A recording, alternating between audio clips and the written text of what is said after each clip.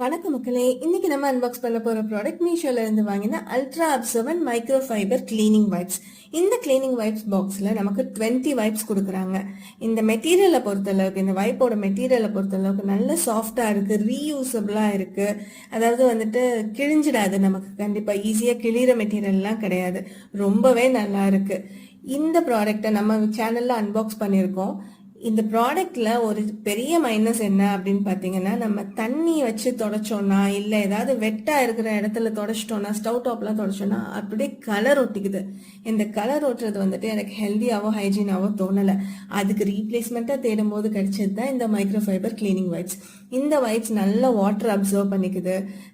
அதாவது மறுபடியும் வந்துட்டு க்ளீன் பண்ணி யூஸ் பண்ணுறதுக்கு, ரீயூஸ் பண்ணுறதுக்குலாம் ரொம்பவே நல்லா இருக்கு.